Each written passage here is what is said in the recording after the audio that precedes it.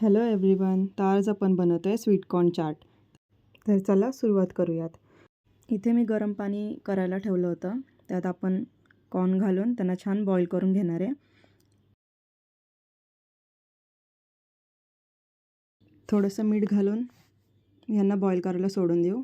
एक 5 ते 10 मिनटं ठेवायचं आपल्याला बॉईल करायसाठी. 5 ते 10 मिनटानंतर आपल्याला हे कॉर्न एका साईडला काढून घ्यायचे आहेत.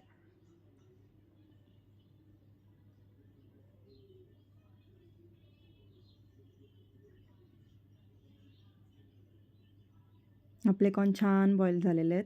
आता आपण त्यांना फ्राय करूयात. पॅनमध्ये बटर टाकलं आहे. त्यात आपण आता कॉर्न टाकून त्यांना फ्राय करूयात. 2 ते 3 मिनटं आपल्याला ह्यांना छान परतून घ्यायचं आहे. त्यात आपण आपले आता मसाले घालून घेऊयात. थोडंसं मीठ, लाल तिखट,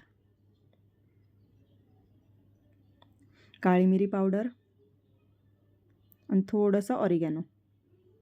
हे सर्व मिक्स करून घेऊयात. 1 ते 2 मिनटं ह्यांना परतून घेऊयात. थोडासा लिंबूचा रस घालूयात. ह्याने छान एक आंबटपणा येईल आणि खूप छान लागतं हे टाकल्यावर.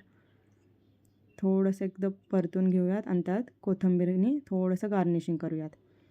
शक्यतो ह्याच्यामध्ये तुम्ही देठ टाकू नका कोथिंबीरीची.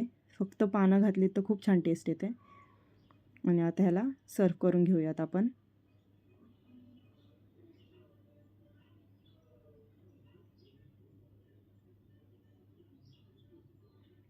थोडंसं बटर टाकलं आहे.